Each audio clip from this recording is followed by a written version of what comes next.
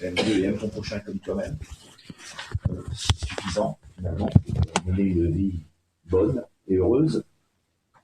Et donc, je voudrais illustrer cette phrase du Christ d'abord par l'épître célèbre de Paul, parce qu'on a parfois reproché à Paul d'avoir été trop dur dans certains de ses textes. Il a eu une conversion, il a la foi du converti, donc côté exalté. On a besoin de ça, effectivement, dans un mouvement religieux. Sans Paul, le christianisme n'aurait jamais réussi. Donc, il fallait une forme d'incandescence, on va dire. Et en même temps, d'ailleurs, ce texte de Paul semble même étonnant de sa part. On se dit, ah tiens, le même Paul qui est assez, sur la loi, etc., assez strict au niveau commandement, il a aussi cette parole extraordinaire sur l'amour que je vais lire. J'ai des petits extraits, donc c'est Épître aux Corinthiens, pour ceux qui aiment bien les précisions, 1 Corinthiens 12. Voilà, donc c'est un très beau discours sur l'amour. Quand je parlerai les langues des hommes et des anges, si je n'ai pas l'amour, je suis un airain qui résonne, une cymbale qui retentit. Et quand j'aurai la science de tous les mystères et toute la connaissance, quand j'aurai même toute la foi, si je n'ai pas l'amour, je ne suis rien. Et quand je distribuerai tous mes biens pour la nourriture des pauvres, quand je livrerai même mon corps pour être brûlé, si je n'ai pas l'amour, cela ne me sert de rien. L'amour est patient, il est plein de bonté, l'amour n'est point envieux, il ne se vante point, il ne s'enfle pas d'orgueil, il ne fait rien de malhonnête, il ne cherche point son intérêt, il ne s'irrite point, il ne soupçonne point le mal, il ne se réjouit point de l'injustice. Maintenant donc, ces trois choses demeurent, la foi, l'espérance et l'amour, mais la plus grande des trois, c'est l'amour. Vous connaissez tous ce passage, parfois à l'église, le prêtre inspiré il va souvent le faire pour les mariages ou pour les enterrements d'ailleurs. On aime bien citer ce passage de Paul, c'est vrai qu'il est magnifique. Ça fait quand même la grandeur du christianisme, rien que ce passage, effectivement, nous rendre fiers quand même de notre fondement chrétien, parce que c'est magnifique. Et d'ailleurs, pour la petite histoire, j'ai donné ce texte dans un commentaire dans un lycée catholique, dans les BTS, et ils ont été très inspirés. Il y avait d'autres textes à comparer, une épreuve officielle, et il y a eu des choses très très belles, parce que pas mal d'élèves ont un fondement chrétien, et franchement très bien. Ils disent vraiment des choses très très belles, donc ça donne de l'espoir de voir qu'il y a une jeunesse qui fait encore de la profondeur. Ils ont apparemment été touchés par le sujet, avec la question en quoi l'amour donne-t-il un sens à la vie. C'est un peu aussi, alors certains ont cité cette phrase, aime ton prochain comme toi-même du Christ. Et donc cette phrase, effectivement, elle est magnifique. Alors il y a deux choses, il y a aime ton prochain d'abord, comme toi-même. Donc il y a deux parties, mine de rien, c'est une très belle phrase d'amour, mais elle peut aussi être mal comprise. D'abord, aime ton prochain, ce qui peut surprendre. Il y a eu tout un livre écrit par un philosophe danois, Kierkegaard, qui a écrit les œuvres de l'amour, qui était aussi théologien, César perdu, théologien protestant, pas reconnu par l'Église luthérienne, considéré comme hérétique, mais c'est souvent là où il y a les choses les plus intéressantes, puisque notre mouvement aussi a été considéré, on est chrétien, mais on nous a considérés comme des hérétiques. Nous sommes un mouvement chrétien. Notre père ne voulait continuer, il était le continuateur de l'œuvre du christianisme. Une nouvelle réforme, la troisième réforme, on le dit très bien dans déjà, la troisième réforme du christianisme, c'est le mouvement d'éducation. Il y a eu celle de Luther. Il y a eu une contre-réforme, on l'oublie souvent, le principe insiste. La contre-réforme, c'est les catholiques qui réalisent qu'ils s'étaient trompés et qui ouvrent, avec beaucoup de mystique, etc. Les jésuites notamment, le pape actuel, il est dans un esprit de troisième réforme aussi. Réforme de l'amour, si on peut dire, plus être tellement dans le jugement, beaucoup plus dans l'amour. C'est le message du Christ. Et donc, ce qui a surpris ce philosophe, ce qui m'a surpris aussi d'ailleurs, ce qui peut surprendre, c'est que c'est un commandement, le commandement de l'amour. En général, on pense que les commandements, c'est des lois, etc. Jésus dit d'ailleurs très clairement qu'il n'est pas venu abolir la loi, mais l'accomplir. Bien sûr, on lui a reproché de prendre des libertés avec la loi juive. Les pharisiens notamment lui ont reproché de ne pas respecter le sabbat. C'est le samedi chez les juifs, c'est comme le dimanche où ne travaillait pas, les magasins étaient fermés, etc. On n'avait pas le droit de faire quoi que ce soit, même des bonnes choses. Guérir, par exemple, des malades. Bon, Jésus l'a fait, on lui a reproché. Il met l'homme au-dessus de la loi. Bon. Et il demande un commandement d'amour du prochain. Donc, ce n'est pas, il faut préciser, c'est l'amour du prochain. C'est l'amour au sens altruisme. C'est ce qu'on appelle l'altruisme. C'est pas l'amour conjugal, c'est pas l'amour sexuel, évidemment. Aime ton prochain comme toi-même, il faut le préciser, c'est une évidence. Et pourquoi un commandement? Pour différentes raisons. La première, pourquoi Jésus est obligé de donner un commandement? Je laisse pour l'instant le comme toi-même à côté, c'est important aussi.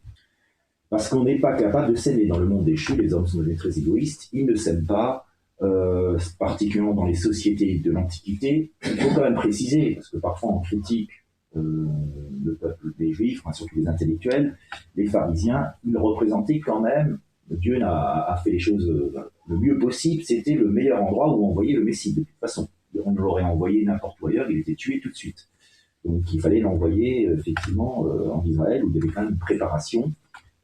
C'était, on le sait très bien, c'était jouable, quoi. C'était une partie de poker un petit peu, mais disons, il y avait peut-être une chance sur deux, j'en sais rien, mais que Jésus finalement soit accepté. Les conditions, malheureusement, ont été défavorables. C'était des juristes, des gens qui prenaient un peu les choses à la lettre, mais qui étaient quand même, qui avaient une dimension humaniste. Ils étaient opposés à ce qu'il y ait des châtiments trop durs. Ils étaient, contrairement à ce qu'on dit parfois, ils étaient contre la lapidation des femmes, etc. Donc c'était des modérés, bon, assez juridiques, quoi. C'était la loi, c'est la loi. Et donc évidemment, à un moment donné, ils étaient assez proches du Christ, puis ils ont remarqué qu'il allait plus loin, qu'il allait trop loin, ils se sont désolidarisés de lui, qui était d'ailleurs plutôt d'une origine mystique, les Esséniens. Aujourd'hui, c'est pratiquement reconnu qu'il a fait partie de la secte. C'était pas péjoratif à l'époque, hein. C'était une congrégation, on préfère congrégation, secte, c'était pas péjoratif à l'époque. Secte essénienne, mystique, qui mettait l'amour au-dessus de tout. Hein, le pur amour, comme le font les mystiques, l'amour de Dieu.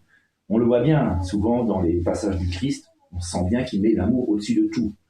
Ça peut faire peur d'ailleurs, hein. On peut comprendre psychologiquement que certains intellectuels aient peur de cet amour, trop d'amour pratiquement, qui peut faire peur. Et c'est vrai, psychologiquement, on a peur de l'amour en réalité. Pourquoi on a tellement du mal à s'aimer? C'est pas seulement parce qu'on est plus égoïste, on peut être plus ou moins égoïste, il ne faut pas se culpabiliser trop. C'est pas par méchanceté ou parce qu'on est mauvais qu'on n'aime pas, c'est surtout parce qu'on a peur. On a peur d'aimer, on a peur de se livrer à l'autre, d'être vulnérable. Quand on aime, on se rend vulnérable. C'est ça en fait la vraie raison du problème, je pense. C'est pas, bien sûr qu'il y a des gens plus ou moins égoïstes, etc. Mais c'est surtout la peur de l'autre. Et la peur de se livrer, peut-être même paradoxalement la peur d'être heureux, quelque part. Puisque plusieurs millénaires de culpabilité, pas seulement judéo-chrétienne comme on dit un peu trop facilement, en général, dans toutes les religions, vous avez de la culpabilité. Sinon, il n'y a pas de religion. Dans tous les systèmes de pensée, vous avez une part de culpabilité. Reprise d'ailleurs dans les idéologies, que ce soit le capitalisme ou le marxisme aussi, on repris cette culpabilité, faire travailler les gens plus, etc. Il faut les culpabiliser. C'est pas uniquement la religion, c'est une structure mentale de l'esprit humain, cette culpabilité, qui nous fait avoir peur de l'amour, qui nous fait avoir peur même d'être heureux, comme si on ne le méritait pas. Et donc, le Christ est obligé de donner un commandement. Ça peut sembler paradoxal, mais il donne un commandement à des personnes qui sont incapables de s'aimer. Pour différentes raisons, d'ailleurs, il ne juge pas. Il y a différentes raisons de ne pas savoir aimer. L'égoïsme est de loin, je ne pense pas que l'égoïsme est la principale. Là, je crois qu'on se trompe. Bien sûr, je ne veux pas faire l'apologie de l'égoïsme, mais je crois que c'est la peur, beaucoup plus que l'égoïsme, qui va nous empêcher d'aimer. Parce que, justement, la deuxième partie, je ne vais pas séparer la phrase, comme toi-même, je la recommenterai un peu plus tout à l'heure, mais il faut déjà en parler un peu. Le comme toi-même, il n'est pas quantitatif, évidemment, il est qualitatif. Comme, le mot comme en français, ce serait intéressant de voir le vrai mot en hébreu, peut-être aussi des doubles sens, mais quand on dit comme, ça veut dire autant que, mais ça peut vouloir dire aussi de même que. Et c'est comme ça, évidemment, qu'il faut le comprendre, que la plupart des observateurs aujourd'hui le comprennent, mais je ne suis pas sûr qu'à l'époque, on l'ait compris comme ça. On a vu quelque chose de quantitatif, or ça n'a pas de sens, on ne peut pas quantifier l'amour. Je t'aime plus, c'est comme dans la littérature française, Corneille qui fait dire au Cid, je t'aime plus que tout, mais moins que Dieu. On dit ça à Chimène. Bon, franchement, c'est pas très romantique, quoi. Je veux dire, si vous aimez vraiment la femme ou l'homme, vous lui dites je t'aime comme si tu étais Dieu, quoi. Voilà. Je t'aime. Dieu, il va pas être jaloux qu'on aime la femme, sa femme autant que lui. D'ailleurs, dans notre mouvement, on demande qu'on aime son conjoint autant que Dieu, comme s'il était Dieu au féminin. Voilà. On va pas comparer. Ou comme si vous demandez à un enfant qui adore son petit chien, tu préfères le petit chien ou ta marraine, ta tante, elle va pas se répondre. L'enfant, bien sûr, la tante est plus importante, c'est un être humain, mais il est plus attaché à son chien, par exemple. La tante n'est pas toujours gentille avec l'enfant. Donc, l'enfant, il est traumatisé, il ne sait pas quoi répondre. Donc, on ne peut pas, ce que je veux dire par cet exemple, donc c'était une histoire vécue. Oui, un enfant qui m'a demandé, la question n'a pas posé. Bon, un enfant, c'est pas moi qui l'ai posé. C'est pas et l'enfant, d'ailleurs, avec beaucoup d'intelligence, a répondu, c'est pas. L'enfant avait presque envie de pleurer. Il dit, je peux pas répondre à cette question, elle est trop embarrassante. À 5 ans, hein, quand même. Bon. Et l'enfant a raison. On ne peut pas comparer l'amour. On aimera son prochain pas de la même manière qu'on aime son conjoint amoureux, ou qu'on aime son père ou sa mère, ou même ses frères, on les aime pas, ou ses sœurs, on les aimera pas de la même manière si on en a plusieurs, etc. Ses amis. Bon. On ne peut pas comparer les différents amours. Ils sont incomparables.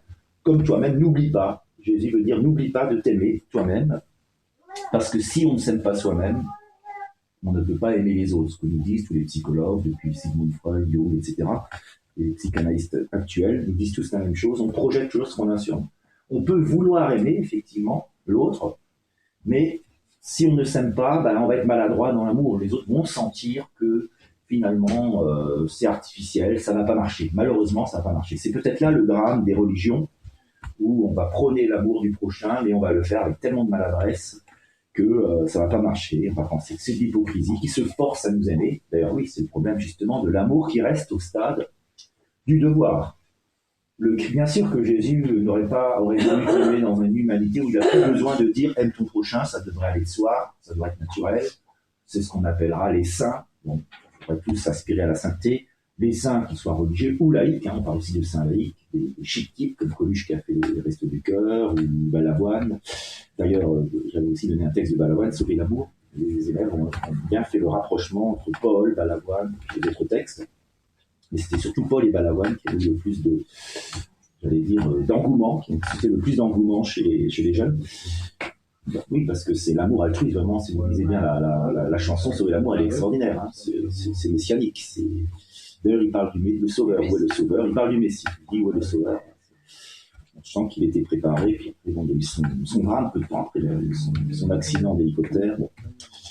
On dit parfois toujours les meilleurs qui partent les premiers, mais peut-être qu'il y avait une raison providentielle que dans le monde spirituel, il travaille, certainement.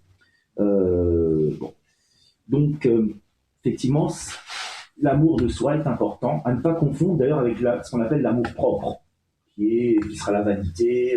Rousseau le montre très bien dans un très beau texte. Il explique que l'amour de soi, c'est le bon amour. Il faut s'aimer pour pouvoir aimer les autres, pour pouvoir se mettre à leur place. Si on ne s'aime pas, on va être dur avec soi, donc on va être dur avec les autres. Les gens qui sont durs avec les autres, c'est des gens qui sont durs avec eux-mêmes en général.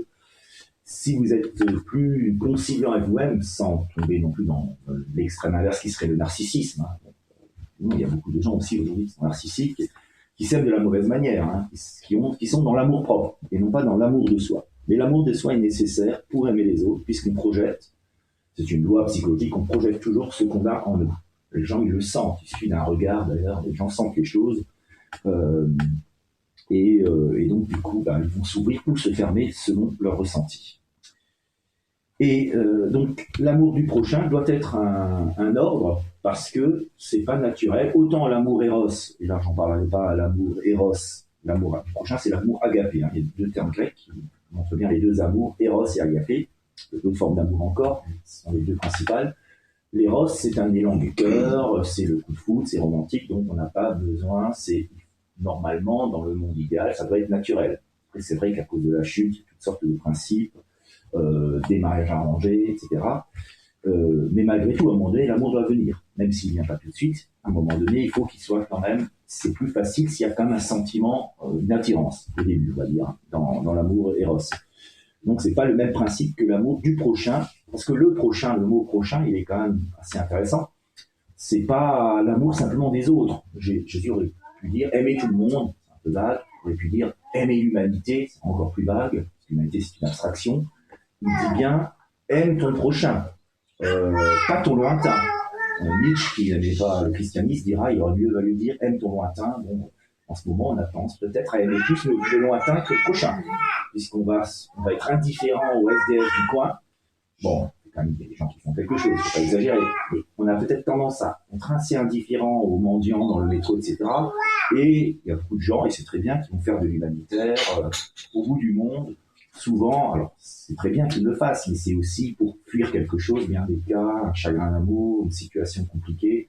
On voit ça dans des très bons films sur l'humanitaire, où celui qui s'en va l'humanitaire, il a aussi, bien sûr, c'est extraordinaire que des gens le fassent, mais il y a aussi des raisons psychologiques qui font que, voilà, il trouve aussi, il y a aussi son amour pour lui-même, et c'est tout à fait normal, qui est réalisé. Il part à l'aventure, etc.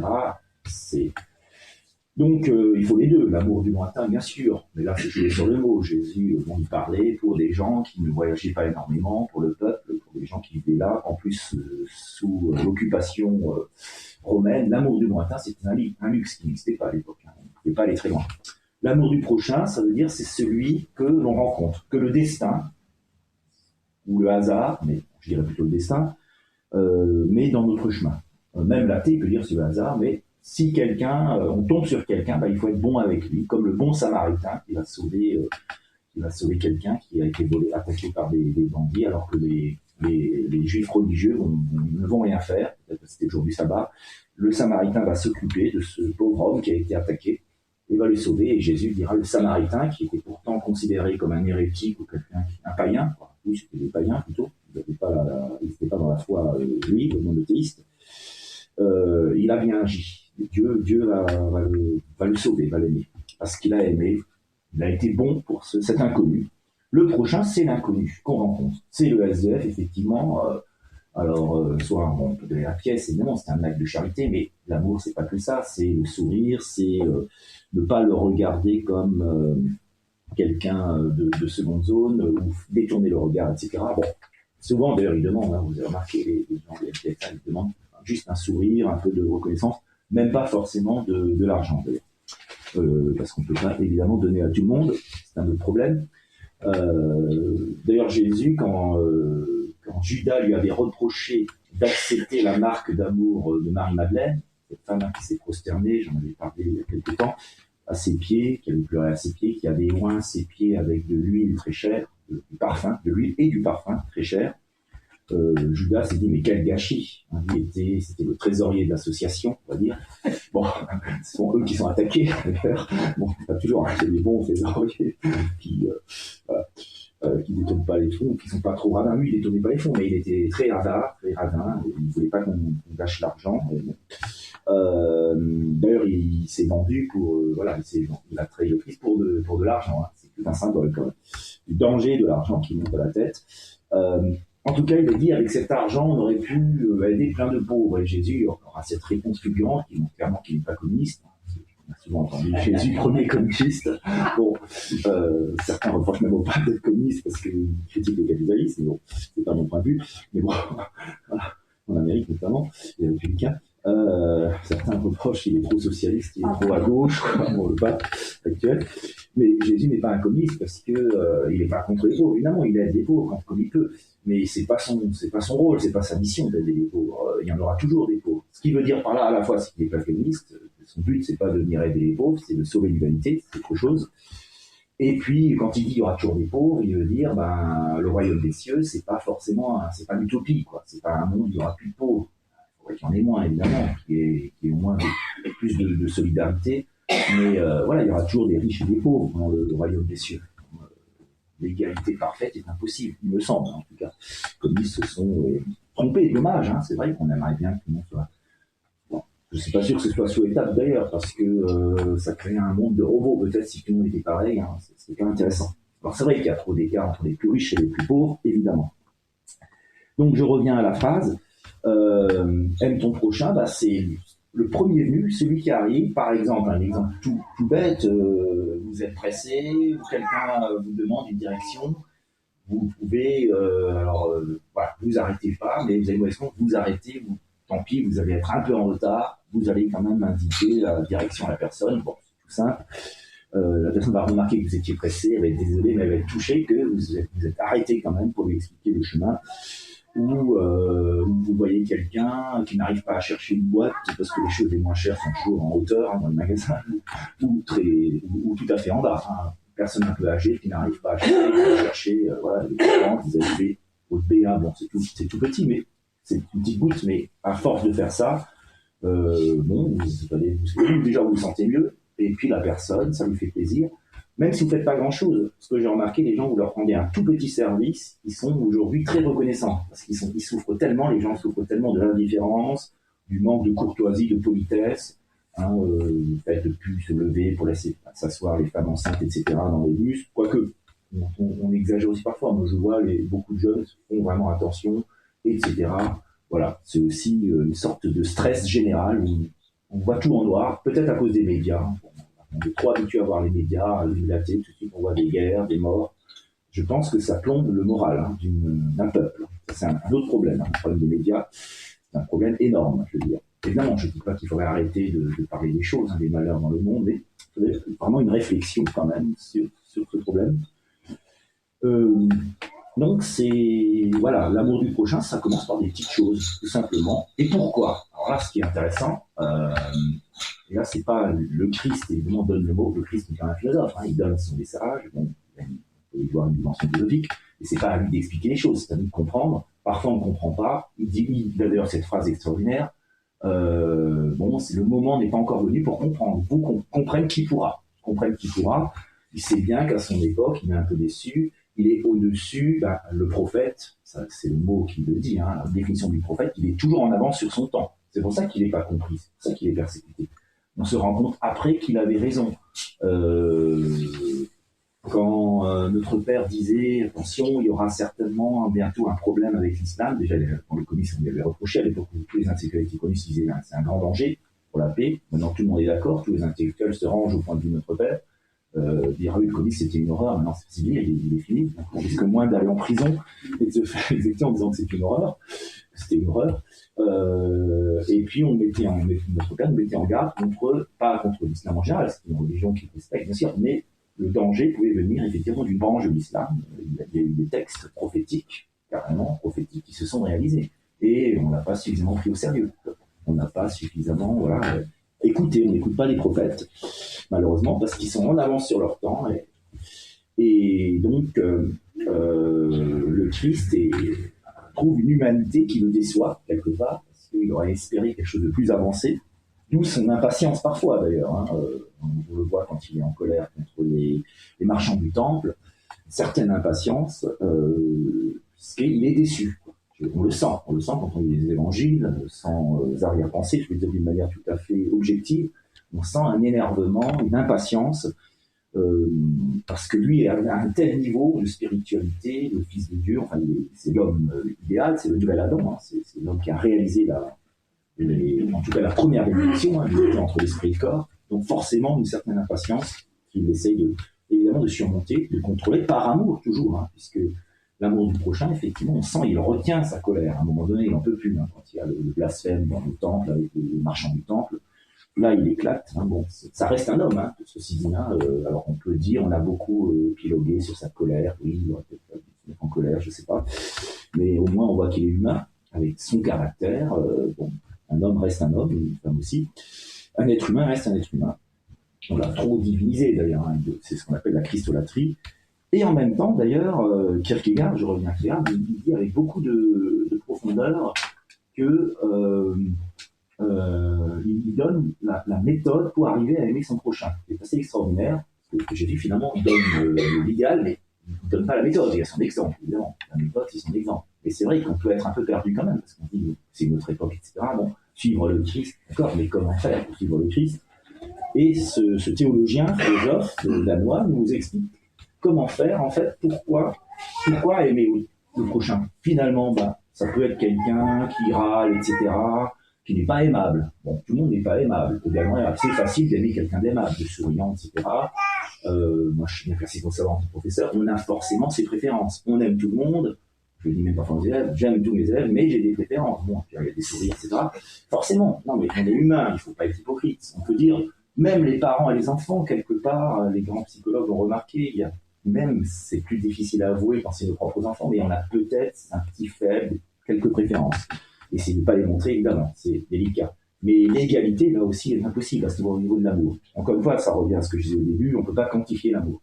En tout cas, bon, quand on a des personnes, affaire à des personnes au monde du travail, on a nos copains, ceux qui sont moins nos copains. Bon, on va dire ça comme ça, puisque on essaie d'aimer tout le monde. Mais comment faire pour aimer celui qui nous est pas aimable? Eh bien, le principe est très simple. On aime Dieu, si on est vraiment croyant. Là, je m'intéresse à une assemblée de croyants, donc évidemment, pour un athée, ça peut être un peu plus compliqué.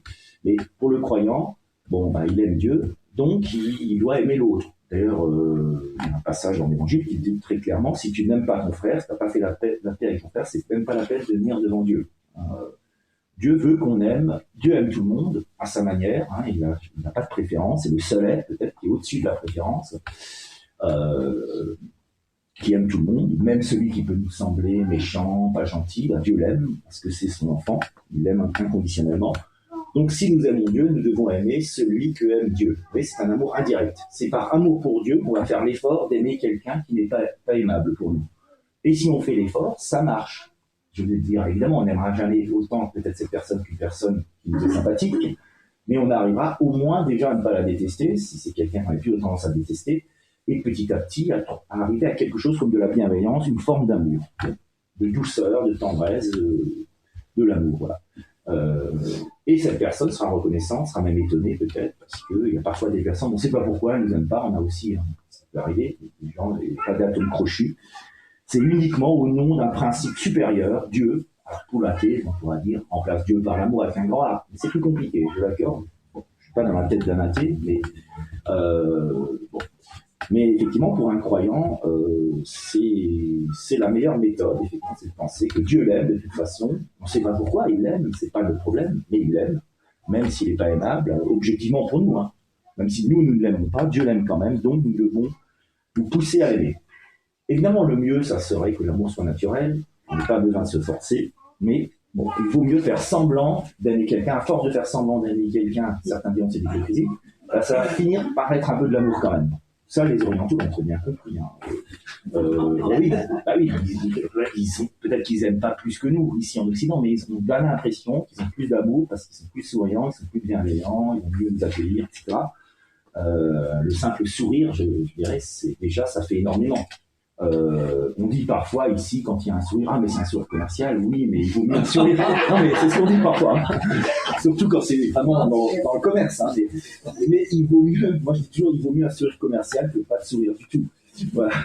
C'est déjà pas mal. Donc, voilà. Ayons au moins un sourire commercial pour ceux qu'on n'aime pas au début. Et du coup, on peut construire une relation où on finira par les aimer. L'amour s'apprend. Il y a un très très beau livre d'un psychologue, justement, auquel je pensais en parlant des psychologues, c'est Erich Fromm, psychologue allemand, psychologue humaniste, comme on dit. Erich Fromm qui a écrit L'art d'aimer. D'ailleurs, je me souviens, quand j'avais fait mon premier 7 jours en Normandie, à Moni, je ne sais plus, je crois qu'il y avait un membre, je ne sais plus qui était en train de lire L'art d'aimer. C'était extraordinaire, quoi. Et puis je l'avais lu à ce moment-là.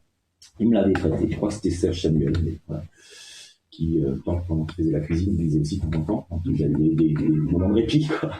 Et il lisait L'art d'aimer, quoi, de Erich Fromm. Et ça m'a marqué, parce que je trouve le livre extraordinaire, effectivement, et qui va tout à fait dans le sens de ce sermon, et de cette parole du Christ, sur, effectivement, trouver des stratégies, voilà, pour apprendre à aimer. Et c'est extraordinaire, parce que, effectivement, ce qui fait beaucoup de mal aussi à l'humanité, je pense, c'est que tout le monde, quand vous parlez d'amour, tout le monde croit savoir ce que c'est, croit savoir. Ah non, on ne va pas avoir des cours, on devrait pas les intituler comme ça, des cours sur l'amour. Implicitement, moi j'ai un terme très vague de culture générale, donc je peux donner des cours sur l'amour. D'ailleurs, j'ai dit c'est le cours sur l'amour. Il y a un DST sur l'amour, voilà. Devoir sur table sur l'amour. Non, mais c'est vrai, en plus, ça fait sourire parfois, mais bon. Je prends cette liberté et ça passe bien d'ailleurs, parce que bon, les élèves ils aiment bien, ils sont inspirés, et ils retiennent des choses, c'est incroyable comme ils ont retenu les choses du cours. Enfin, j'étais même légèrement surpris. Parce que effectivement ça marque, parce que c'est le sens de la vie passe par l'amour, finalement, au sens Paul le dit très bien. Donc pour la méthode de l'amour, alors évidemment, il y a des gens qui sont plus ou moins doués aussi pour l'amour. Ça s'apprend d'un côté, c'est comme tout l'amour, ça s'apprend. Il faut toujours continuer à apprendre de l'amour. quelle que soit la forme d'amour, hein, que ce soit l'amour, là je suis plus dans l'amour du prochain agapé, mais c'est vrai aussi pour l'amour éros, dont j'ai déjà souvent parlé, ou l'amour intellectuel, l'amour parent-enfant, etc. Toutes les formes d'amour, hein. Ça s'apprend. On doit apprendre, on doit toujours apprendre. On est là pour apprendre. Mais évidemment, après, il y a des gens plus doués que d'autres. Donc ceux qui sont les surdoués de l'amour doivent donner plus, bon, capables de donner plus. Ils recevront aussi plus d'amour. Ceux qui sont moins doués pour l'amour, bon, ils ont besoin peut-être de plus de temps. Il faut être patient avec eux. On n'est pas égaux devant l'amour non plus, il me semble. Mais en tout cas, on peut apprendre. Ça donne de l'espoir à tout le monde. Tout le monde peut apprendre à mieux aimer, surtout la qualité de l'amour. C'est encore une fois pas une question de quantité, c'est une question de qualité, parce qu'on peut aussi mal aimer. Freud disait il vaut mieux avoir de mauvais parents que pas de parents du tout. Ça dépend jusqu'à quel point ils sont mauvais, les parents. Mauvais parents entre guillemets évidemment. Mais s'ils sont juste maladroits, qu'ils font des erreurs par amour, c'est pas grave. Mais s'ils sont violents, ça dit évidemment. Et puis je crois que c'est un autre psychanalyste, Bethel, qui disait le contraire, qui disait il vaut mieux pas avoir de parents que des mauvais parents. Les deux ont raison à leur manière. Ça dépend. Qu'est-ce qu'on entend par mauvais parents, bon, entre guillemets. Si tant est que le mot est un sens, hein, d'ailleurs, est un sens. Donc, oui, mal aimé, c'est l'amour possessif, essentiellement, l'amour jaloux, les pathologies de l'amour, hein, dont je ne parlerai pas ici, qui d'ailleurs se transforme, la haine, ce n'est jamais que de l'amour transformé. Vous ne pourrez jamais haïr quelqu'un qui vous est indifférent. La plupart des gens nous sont plus ou moins indifférents, mais disons, on essaye, si on est des gens bien, des croyants, on va avoir une bienveillance, une neutralité bienveillante vis-à-vis des inconnus. On va dire, ce sont des hommes comme nous, des êtres humains, on a un sentiment de bienveillance vis-à-vis de l'inconnu. Quand il nous est indifférent, il ne nous fait ni du bien ni du mal. Dès qu'il commence un peu à nous faire du mal, déjà là, on commence un peu à se dire, s'il nous écrase les pieds dans le métro, il nous bouscule, doucement, etc. Bon. Mais il y a l'effort, évidemment, pour rester courtois, et bon. Souvent on dit les plus grandes amitiés commencent par des conflits, hein. Pourquoi pas, ça peut arriver, c'est une manière de rentrer en relation. Et puis si on est zen, comme dit le ministre au Japon, le Premier ministre, qui n'est pas toujours zen d'ailleurs, on lui reproche parfois, il a essayé d'être zen. Bon, soyons zen, effectivement, c'est une bonne attitude. Pour démarrer l'amour, quand il n'y a pas de l'amour, soyons dans une bienveillante neutralité, en quelque sorte. Un regard de bienveillance. Je parlais avec une ancienne élève hier, et puis on parlait de la violence un peu dans les banlieues, tout ça, parce qu'à Évry, il y a souvent des agressions, etc. Et elle disait, elle rentre assez tard, elle n'a jamais senti la moindre menace, parce qu'elle a une attitude bienveillante, et il y a une attitude à avoir aussi pour ne jamais être agressée. Plein de sagesse, mais quelque part c'est vrai aussi. Alors, ça veut dire qu'il n'y a pas de danger, etc.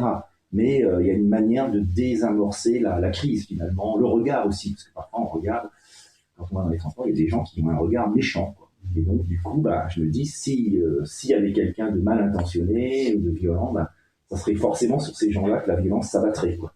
Je dis pas que les gens qui se font agresser vont chercher, hein, c'est pas ce que je veux dire. Parfois, ça peut arriver, ils veulent juste nous piquer de l'argent, etc. Hein. Mais bon, c'est aussi le regard. Le regard est très important de s'entraîner à avoir un regard. Enfin, après, on l'a ou pas, hein, le regard bienveillant. Bon, c'est difficile à travailler peut-être, mais quoique, je sais pas. Une attitude à avoir. Si on a une pensée positive, voilà, ce que nous enseigne aussi la psychologie, et Dieu sait si Jésus était aussi un très grand psychologue. Il avait tout compris de la psychologie. D'ailleurs, si vous faites de la psychologie, vous allez découvrir que la plupart du temps, les grands psychologues, ils reprennent des principes du Christ ou du Bouddha, mais c'est à peu près les mêmes, donc ils se réfèrent à ces grands fondateurs de spiritualité, de religion. Et donc, effectivement, avoir cette attitude de se mettre à la place aussi de l'autre, c'est très important pour l'aimer. Ça, c'est un autre point qui serait peut-être plus développé, c'est ce qu'on appelle la compassion, plus développé dans les philosophies orientales, pour aimer son prochain. Et comment le faire, parce que j'essaie maintenant de répondre plutôt en deuxième temps à la question du comment. Comment faire pour aimer son prochain? C'est imaginer penser à ses souffrances qu'on ne voit pas, parce que finalement, celui qu'on n'aime pas, c'est celui qui va être agressif. C'est l'agressivité qui crée le ressentiment. Celui qui, sans parler des choses extrêmes, hein, des gens qui sont vraiment mal intentionnés, et je laisse ça de côté parce que c'est quand même une poignée. Il suffit de quelques personnes mal intentionnées dans une société pour que les choses dans l'ensemble aillent mal. On le sait bien. Il suffit d'une brebis galeuse pour que il suffit d'une pomme de terre, d'une pomme pourrie pour que le panier soit assez vite contaminé, comment dire. Même principe, malheureusement, dans l'humanité, il suffit que dans un groupe, il y a un perturbateur pour que, par réaction, les autres vont réagir contre lui, ça va créer des conflits. Bon, ça, malheureusement, c'est le problème de toute structure, de toute entité. Il suffit d'un élément perturbateur, je dirais mal, mais souvent les conflits viennent juste par manque de communication, manque de patience, parce qu'on ne sait pas se mettre à la place de l'autre. Il y a une autre phrase célèbre du Christ qui va un peu dans ce sens, ne fais pas à autrui ce que tu ne voudrais pas qu'il te fasse. Là, il donne d'ailleurs déjà, c'est un peu dans la continuité de aime ton prochain comme toi-même. Donc il y a quand même une pédagogie, il donne quand même des conseils, mais il faut les trouver, il faut les interpréter, etc. Mais il donne quand même des conseils précieux. Ne fais pas autrui ce que tu ne voudrais pas qu'il te fasse. Donc effectivement, c'est déjà un point de départ pour rester dans cette neutralité bienveillante, disons. On ne fait pas autrui, donc là on est plutôt dans l'abstention. On ne va pas, même si quelqu'un nous crie dessus, nous bouscule, nous on ne va pas le bousculer, on ne va pas lui crier dessus, on va répondre calmement. Bon, excusez-moi, quand on ne sait pas dans le doute qui a bousculé qui, il vaut mieux s'excuser. C'est comme ça que j'ai une fois désarçonné, la seule fois où j'aurais pu être agressé en revenant d'un entraînement de foot à la porte de Clignancourt, un grand gaillard qui me donne un coup de coude volontairement. J'étais avec un copain de foot. Et puis je dis, il me regarde, je le regarde, et puis je dis, excusez-moi, j'ai pas fait exprès. Et il sait plus quoi faire. C'était une provoque, c'était chercher la bagarre. C'est sûr qu'il y en avait d'autres après, à mon avis. Et là, mon copain de foot, il a dit, bravo, super zen, parce que c'est moi qui prenais le coup, parce qu'il était assez nerveux, c'est moi qui prenais le coup de coude, c'était la bagarre, et peut-être qu'on était mort, quoi. Voilà, tu m'as sauvé la vie, tu nous as sauvé la vie. Et oui, c'était juste, j'ai pas fait exprès, c'était un réflexe, mais parce que vous êtes dans une espèce dans les rêveries, dans une pensée positive, alors en plus on est tout le temps dans les bouquins, dans les idées, vous êtes plus calme. Moi je dis souvent aux personnes, maintenant ils sont souvent sur leur portable avec leur tablette, ils lisent, mais lire dans le métro c'est bien aussi, quand vous n'en avez pas très bien, vous évitez les regards comme ça. Oui, non, mais c'est vrai que c'est important. J'avais un copain de foot, il avait des tours, c'était un chic type, mais il me regardait, il avait un regard toujours plein d'espièglerie, de provocation, un regard comme ça un petit peu désagréable, il y avait toujours des problèmes de foot aussi, c'était un chic type, mais il y avait un regard qui gênait, et puis chaque fois il avait des problèmes, parce qu'il avait des bagarres, etc. Il savait défendre, il était assez costaud, il faisait du karaté, mais quand même, il en avait marre d'avoir toujours des problèmes. Moi, je dis, mais j'ai jamais de problème. Il dit, c'est ton regard qui pose problème. Je dis, ouais, je vais prendre un bouquin à chaque fois pour que je ne vois plus mon regard. Non, c'est vrai que le regard, c'est dans la poche. Moi, j'ai toujours un bouquin, mais c'est pas parce que, voilà, j'aime lire, c'est pas pour éviter les conflits. Si vous venir ici, ça va, c'est pas, il y a pire, même tard le soir. Bon. Mais ouais, c'est des petites choses, des petits détails. Bon, c'est drôle, et non, mais c'est vrai que ces petits détails, le regard, les attitudes qu'on peut avoir, des stratégies pour au moins empêcher la haine. Si ce n'est l'amour, empêcher la haine. Il y a parfois la solution du moindre mal. Entre deux mots, il faut que chose fasse le moindre mal. L'indifférence, malheureusement, on préférait être dans l'amour, mais l'indifférence est un moindre mal par rapport à la haine dans une société. Au moins que les êtres humains soient dans cette indifférence bienveillante, on va dire plutôt, qui est globalement le cas quand même. Les gens, on voit, ils s'aiment plutôt quand même. Quand il y a quelqu'un qui a un problème, il y a quand même de l'aide. On n'est pas tous dans son coin égoïste, c'est pas vrai. Je vois plein de phénomènes de solidarité, même entre les jeunes, de plus en plus, peut-être plus qu'à notre époque, je pense même. Il y a un retour à ces valeurs de solidarité. Avec la crise économique, quelque part, quelque chose de malheur est bon, elle a quand même permis à des gens de se rassembler. Il y a de plus en plus de gens qui font du covoiturage, qui font de la colocation, qui partagent les frais, etc. Donc ça crée des liens, et ça crée de l'amour finalement. Plus d'amour, je pense que l'amour est une valeur montante dans notre société, même si on ne le remarque pas forcément. Je ne veux pas idéaliser notre société, elle est encore très malade. Mais j'ai l'impression qu'il y a quand même un mouvement de fond qui est positif, où les gens ont envie d'aimer. Ils ont bien compris, on commence à comprendre. Il y a énormément de livres qui sortent dans les librairies, qui vont tous un peu dans le même sens, sur l'art d'être heureux, l'art d'aimer, etc. Énormément de titres, qui font du bien, les gens les lisent, des livres de l'Orient, de l'Occident, apprendre à vivre dans l'instant présent, etc. Enfin, on pourrait citer des tas de livres. Je vous conseille d'ailleurs d'en lire ce genre de livres. Il y en a des bons et des moins bons, comme on dit, mais ils sont tous plus ou moins intéressants. Ils disent un peu tous la même chose d'ailleurs, mais c'est la pensée positive, etc. C'est ce que j'ai dit, la projection de ce qu'on a en soi, de cultiver ça. Ça devient comme une habitude, un réflexe conditionné, et c'est très bien. Et puis après, même si on aimerait aller plus loin dans des relations plus profondes, bien sûr, ça c'est la deuxième étape, mais il ne faut pas être impatient de griller les étapes.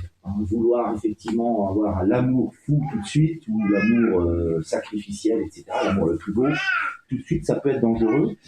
D'ailleurs, Paul aussi le dit, puisque lui-même, il reconnaît implicitement dans ce texte qu'il a été peut-être un peu fanatique par moment. Parce qu'il dit que finalement, il finira par un martyr, mais voilà, ça ne sert à rien de brûler comme un martyr si on n'a pas l'amour, quoi. Il fait son auto-critique un petit peu dans ce texte, j'ai l'impression. C'est un homme intelligent, il a conscience, parce que c'était quelqu'un d'entier. Il avait d'ailleurs persécuté les chrétiens avant de se convertir. Je terminerai d'ailleurs sur cet aspect-là, sur le fait que le bon, celui qui est du côté du bien, il peut tomber dans le mal, peut-être parce qu'à un moment donné, il est dans l'usure, peut-être parce qu'il fait uniquement les choses par devoir. À un moment donné, le fait d'aimer comme d'un devoir, le devoir d'aimer a ses limites. Si on ne trouve pas une raison plus profonde d'aimer son prochain que de le faire par devoir, comme dans les morales très strictes, les morales à Lacan, du genre fais-le parce que c'est le devoir, sans poser de questions, c'est bien de le faire au début, mais à un moment donné, on n'en peut plus, et donc on peut sombrer dans quelque chose. On a des exemples comme ça de grands humanitaires, notamment un prêtre, Lacroix, il y a quelques années, qui est allé en Afrique et qui à un moment donné, il faisait du bien tout le temps, puis il n'avait jamais de remerciement de sa hiérarchie, etc. Donc un manque de reconnaissance, et à un moment donné, il a craqué, et puis il a commencé à aller donc faire des choses pas claires avec des enfants, quoi. Et bon, après on a dit que c'est un monstre, etc. Mais on avait oublié tout le bien qu'il avait fait avant, mais parce que c'est pas que de sa faute, je dis pas, c'est grave, évidemment, c'est lui qui a fait les actes, mais c'est tout un système, un cercle vicieux de sa hiérarchie, de la société, qui ne sait pas dire merci aux gens qui font le bien. Ça aussi, très important. D'ailleurs, vous avez le Reiki au Japon, développe beaucoup la gratitude, le fait de dire merci, de remercier Dieu, les dieux, etc., de remercier toujours les autres, toujours dans la reconnaissance, dans la gratitude. On ne dit jamais assez merci, finalement.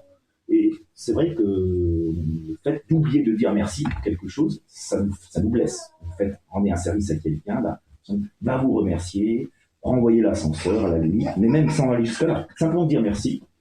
Merci, c'est un mot, d'ailleurs, qui en anglais, ça veut dire le salut, merci. C'est un très beau mot quand on y pense. Le simple mot merci, il est très précieux. Il exprime cette gratitude qu'on a pour l'autre. Et de la même manière que celui qui est bon peut, c'est ce qu'on appelle, ce que la psychologie californienne appelle l'effet Lucifer. Lucifer, c'était pas l'archange de la connaissance, il était créé par Dieu, donc avec une nature plutôt bonne. Mais effectivement, pour un tas de raisons, sur lesquelles je ne reviendrai pas, puisque le principe explique très bien, il s'est retourné contre Dieu, il a été frustré, donc l'amour s'est renversé en haine. Voilà, c'est le cas, c'est ce qu'on appelle l'effet Lucifer. Vous avez le contraire, on pourrait dire l'effet Paul qui était plutôt un dur, un méchant, qui dénonçait les chrétiens.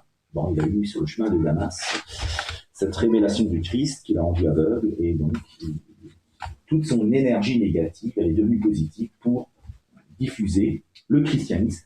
Mais c'est vrai qu'il gardait quand même en lui cette nature un peu violente, voilà, qui a été utilisée par Dieu, parce qu'il fallait quelqu'un d'un peu violent pour arriver à répandre le christianisme très vite autour de la Méditerranée. C'était son cas. C'était un homme très très intelligent, très actif, plein de qualités, un meneur, quoi.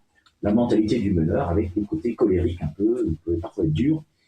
Et effectivement, on sent que dans cette phrase, cette épître sur l'amour, il fait un peu son amende honorable, en quelque sorte, son mea culpa en même temps, en disant, finalement, il regrette de ne pas avoir été plus dans l'amour, quoi. On le sent, c'est assez pathétique le texte.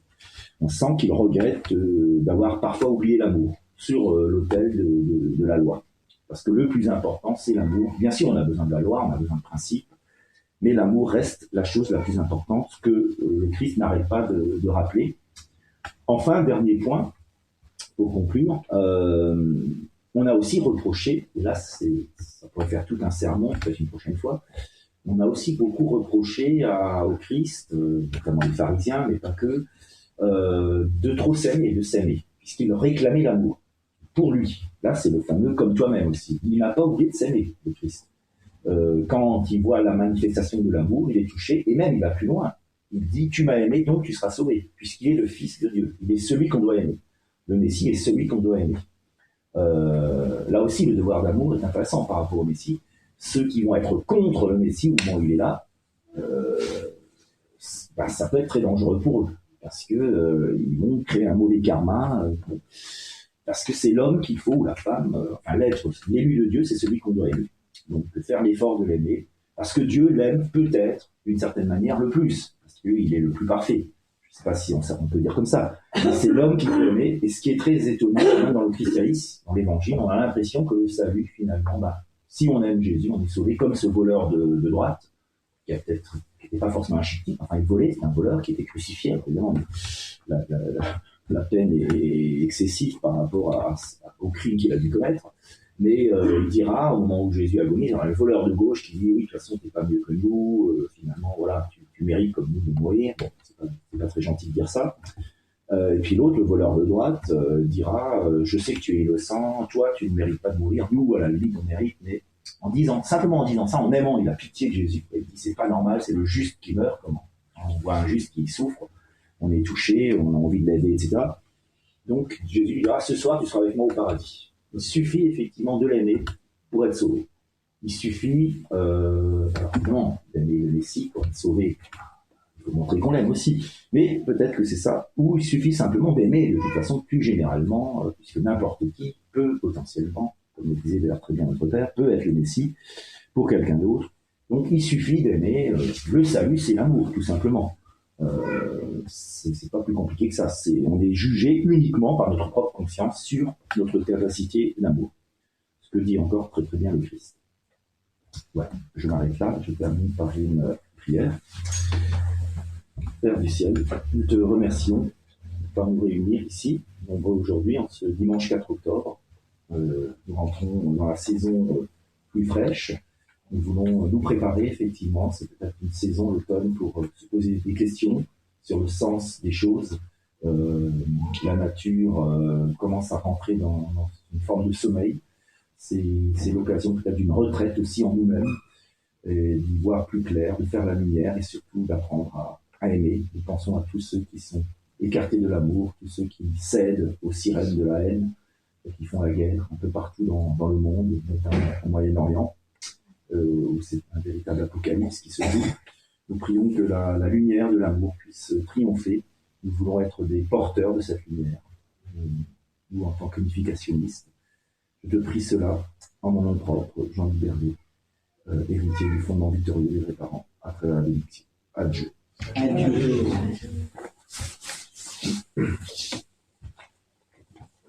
Wow.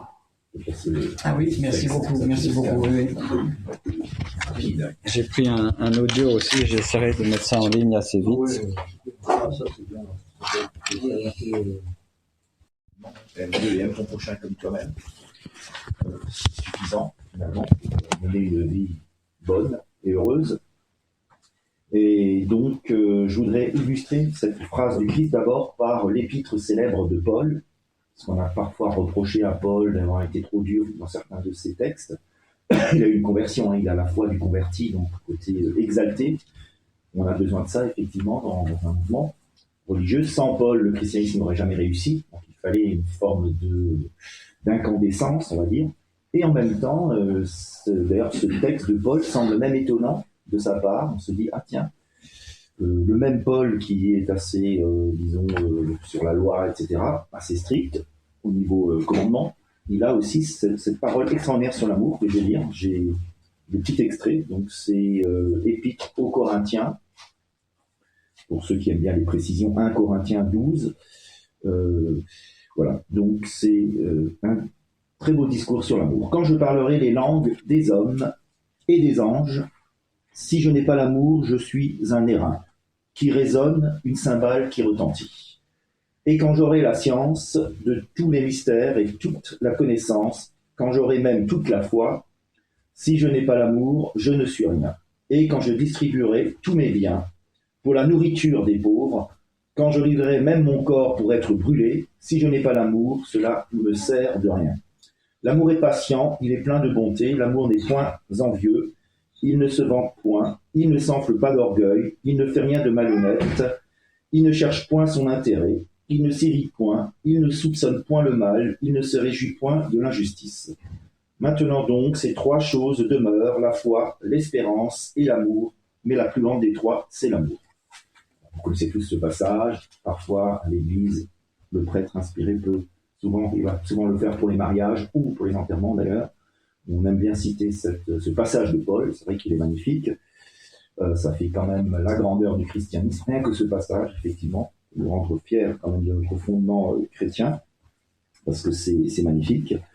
Et d'ailleurs, pour la petite histoire, j'ai donné ce texte dans un commentaire dans un lycée catholique, dans les BTS, et ils ont été très inspirés. Il y avait d'autres textes à comparer, de l'épreuve, de l'officiel, et il y a eu des choses très très belles, parce que pas mal d'élèves ont un fondement chrétien, et franchement, très bien. C'est vraiment des choses très très belles, donc ça donne de l'espoir, de voir qu'il y a une jeunesse qui fait encore de la profondeur. Ils ont apparemment été touchés par le sujet, avec la question « En quoi l'amour donne-t-il un sens à la vie ?» C'est un peu aussi, alors certains ont cité cette phrase « Aime ton prochain comme toi-même » du Christ. Et donc cette phrase, effectivement, elle est magnifique. Alors il y a deux choses, il y a « Aime ton prochain » d'abord, comme toi-même. Donc il y a deux parties. Mine de rien, c'est une très belle phrase d'amour, mais elle peut aussi être mal comprise. D'abord, aime ton prochain, ce qui peut surprendre. Il y a eu tout un livre écrit par un philosophe danois, Kierkegaard, qui a écrit les œuvres de l'amour, qui était aussi théologien, un César perdu, théologien protestant, pas reconnu par l'Église luthérienne, considéré comme hérétique, mais c'est souvent là où il y a les choses les plus intéressantes, puisque notre mouvement aussi a été considéré, on est chrétien, mais on nous a considérés comme des hérétiques. Nous sommes un mouvement chrétien. Notre père ne voulait continuer, il était le continuateur de l'œuvre du christianisme. Une nouvelle réforme, la troisième réforme, on le dit très bien dans déjà, la troisième réforme du christianisme, c'est le mouvement d'éducation. Il y a eu celle de Luther. Il y a eu une contre-réforme, on l'oublie souvent, enfin le principe insiste. La contre-réforme, c'est les catholiques qui réalisent qu'ils s'étaient trompés et qui ouvrent avec beaucoup de mystique, etc. Les jésuites notamment, le pape actuel, il est dans un esprit de troisième réforme aussi, réforme de l'amour, si on peut dire, plus être tellement dans le jugement, beaucoup plus dans l'amour. C'est le message du Christ. Et donc, ce qui a surpris ce philosophe, ce qui m'a surpris aussi d'ailleurs, ce qui peut surprendre, c'est que c'est un commandement, le commandement de l'amour. En général, on pense que les commandements, c'est des lois, etc. Jésus dit d'ailleurs très clairement qu'il n'est pas venu abolir la loi, mais l'accomplir. Bien sûr, on lui a reproché de prendre des libertés avec la loi juive. Les pharisiens, notamment, lui ont reproché de ne pas respecter le sabbat. C'est le samedi chez les juifs, c'est comme le dimanche où ne travaillait pas, les magasins étaient fermés, etc. On n'avait pas le droit de faire, de faire quoi que ce soit, même des bonnes choses. Guérir, par exemple, des malades. Bon, Jésus l'a fait, on lui a reproché. Il met l'homme au-dessus de la loi. Bon.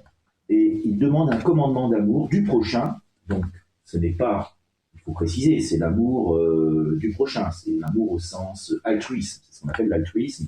C'est pas l'amour conjugal, c'est pas l'amour sexuel, évidemment. Aime ton prochain comme toi-même, il faut le préciser, c'est une évidence. Et pourquoi un commandement? Pour différentes raisons. La première, pourquoi Jésus est obligé de donner un commandement? Je laisse pour l'instant le comme toi-même à côté, c'est important aussi. Parce qu'on n'est pas capable de s'aimer dans le monde déchu, les hommes sont devenus très égoïstes, ils ne s'aiment pas, particulièrement dans les sociétés de l'Antiquité. Il faut quand même préciser, parce que parfois on critique le peuple des Juifs, surtout les intellectuels, les pharisiens, ils représentaient quand même, Dieu a fait les choses le mieux possible, c'était le meilleur endroit où envoyer le Messie, de toute façon. On l'aurait envoyé n'importe où ailleurs, il était tué tout de suite. Donc il fallait l'envoyer effectivement en Israël, où il y avait quand même une préparation. C'était, on le sait très bien, c'était jouable, quoi. C'était une partie de poker un petit peu, mais disons, il y avait peut-être une chance sur deux, j'en sais rien, mais que Jésus finalement soit accepté. Les conditions, malheureusement, ont été défavorables. C'était des juristes, des gens qui prenaient un peu les choses à la lettre, mais qui étaient quand même, qui avaient une dimension humaniste. Ils étaient opposés à ce qu'il y ait des châtiments soient trop durs. Ils étaient, contrairement à ce qu'on dit parfois, ils étaient contre la lapidation des femmes, etc. Donc c'était des modérés, bon, assez juridiques, quoi. C'était la loi, c'est la loi. Bon. Et donc évidemment, à un moment donné, ils étaient assez proches du Christ, puis ils ont remarqué qu'il allait plus loin, qu'il allait trop loin, ils se sont désolidarisés de lui, qui était d'ailleurs plutôt d'une origine mystique, les Esséniens. Aujourd'hui, c'est pratiquement reconnu qu'il a fait partie de la secte. C'était pas péjoratif à l'époque, hein, c'était une congrégation, je préfère congrégation, secte, c'était pas péjoratif à l'époque. Secte essénienne, mystique, qui mettait l'amour au-dessus de tout. Hein, le pur amour, comme le font les mystiques, l'amour de Dieu. On le voit bien, souvent dans les passages du Christ, on sent bien qu'il met l'amour au-dessus de tout. Ça peut faire peur d'ailleurs, hein. On peut comprendre psychologiquement que certains intellectuels aient peur de cet amour, trop d'amour pratiquement, qui peut faire peur. Et c'est vrai, psychologiquement, on a peur de l'amour en réalité. Pourquoi on a tellement du mal à s'aimer? C'est pas seulement parce qu'on est plus égoïste, on peut être plus ou moins égoïste, il ne faut pas se culpabiliser trop. C'est pas par méchanceté ou parce qu'on est mauvais qu'on n'aime pas, c'est surtout parce qu'on a peur. On a peur d'aimer, on a peur de se livrer à l'autre, d'être vulnérable. Quand on aime, on se rend vulnérable. C'est ça en fait la vraie raison du problème, je pense. C'est pas, bien sûr qu'il y a des gens plus ou moins égoïstes, etc. Mais c'est surtout la peur de l'autre. Et la peur de se livrer, peut-être même paradoxalement la peur d'être heureux, quelque part. Puisque plusieurs millénaires de culpabilité, pas seulement judéo-chrétienne comme on dit un peu trop facilement, en général, dans toutes les religions, vous avez de la culpabilité. Sinon, il n'y a pas de religion. Dans tous les systèmes de pensée, vous avez une part de culpabilité. On reprise d'ailleurs dans les idéologies, que ce soit le capitalisme ou le marxisme aussi, on repris cette culpabilité, faire travailler les gens plus, etc. Il faut les culpabiliser. C'est pas uniquement la religion, c'est une structure mentale de l'esprit humain, cette culpabilité, qui nous fait avoir peur de l'amour, qui nous fait avoir peur même d'être heureux, comme si on ne le méritait pas. Et donc, le Christ est obligé de donner un commandement. Ça peut sembler paradoxal, mais il donne un commandement à des personnes qui sont incapables de s'aimer. Pour différentes raisons, d'ailleurs il ne juge pas, il y a différentes raisons de ne pas savoir aimer. L'égoïsme est de loin, je ne pense pas que l'égoïsme est la principale, là, je crois qu'on se trompe. Bien sûr, je ne peux pas faire l'apologie de l'égoïsme, mais je crois que c'est la peur, beaucoup plus que l'égoïsme, qui va nous empêcher d'aimer. Parce que justement, la deuxième partie, je ne peux pas séparer la phrase, comme toi-même, je la recommenterai un peu plus tout à l'heure, mais il faut déjà en parler un peu. Le comme toi-même, il n'est pas quantitatif évidemment, il est qualitatif. Comme, le mot comme en français, ce serait intéressant de voir le vrai mot en hébreu, peut-être aussi des doubles sens, mais quand on dit comme, ça veut dire autant que, mais ça peut vouloir dire aussi de même que. Et c'est comme ça évidemment qu'il faut le comprendre, que la plupart des observateurs aujourd'hui le comprennent, mais je ne suis pas sûr qu'à l'époque on l'ait compris comme ça. On a vu quelque chose de quantitatif, or ça n'a pas de sens, on ne peut pas quantifier l'amour. Je t'aime plus, c'est comme dans la littérature française, Corneille qui fait dire au Cid, je t'aime plus que tout mais moins que Dieu. On dit ça à Chimène. Bon, franchement, c'est pas très romantique, quoi. Je veux dire, si vous aimez vraiment la femme ou l'homme, vous lui dites je t'aime comme si tu étais Dieu, quoi. Voilà. Je t'aime. Dieu, il va pas être jaloux qu'on aime la femme, sa femme autant que lui. D'ailleurs, dans notre mouvement, on demande qu'on aime son conjoint autant que Dieu, comme s'il était Dieu au féminin. Voilà. On va pas comparer. Ou comme si vous demandez à un enfant qui adore son petit chien, tu préfères le petit chien, ou ta marraine, ta tante, elle va pas se faire répondre. L'enfant, bien sûr, la tante est plus importante, c'est un être humain, mais il est plus attaché à son chien, par exemple. La tante n'est pas toujours gentille avec l'enfant. Donc, l'enfant, il est traumatisé, il ne sait pas quoi répondre. Donc, on ne peut pas, ce que je veux dire par cet exemple, donc c'était une histoire vécue. Oui, un enfant à qui on a demandé, c'est la question n'a pas posé. Bon, un enfant, c'est pas moi qui l'ai posé.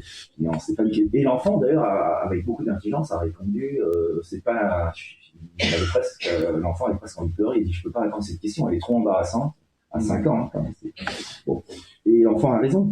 On ne peut pas comparer l'amour. On aimera son prochain pas de la même manière qu'on aime son conjoint amoureux, ou qu'on aime son père ou sa mère, ou même ses frères, on les aime pas, ou ses sœurs, on les aimera pas de la même manière si on en a plusieurs, etc.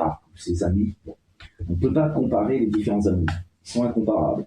Comme toi-même, n'oublie pas. Jésus veut dire, n'oublie pas de t'aimer toi-même, parce que si on ne s'aime pas soi-même, on ne peut pas aimer les autres. Ce que nous disent tous les psychologues, depuis Sigmund Freud, Jung, etc., les psychanalystes actuels, nous disent tous la même chose. On projette toujours ce qu'on a sur nous.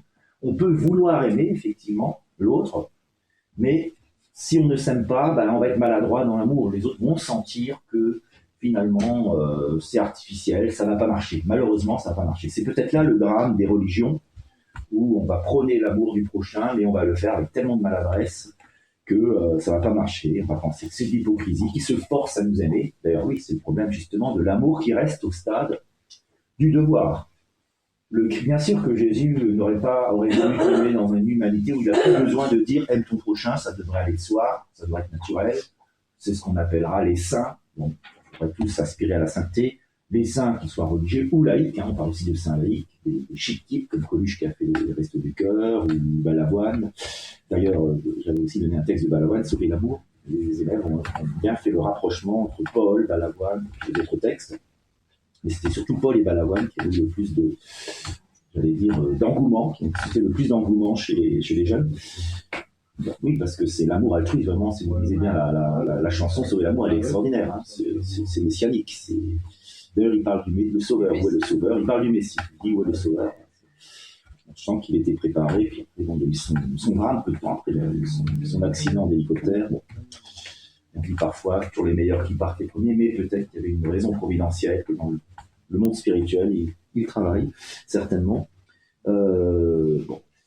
Donc, effectivement, l'amour de soi est important, à ne pas confondre d'ailleurs avec ce qu'on appelle l'amour propre, qui sera la vanité. Rousseau le montre très bien dans un très beau texte. Il explique que l'amour de soi, c'est le bon amour. Il faut s'aimer pour pouvoir aimer les autres, pour pouvoir se mettre à leur place. Si on ne s'aime pas, on va être dur avec soi, donc on va être dur avec les autres. Les gens qui sont durs avec les autres, c'est des gens qui sont durs avec eux-mêmes en général. Si vous êtes plus conciliant avec vous-même, sans tomber non plus dans l'extrême inverse qui serait le narcissisme.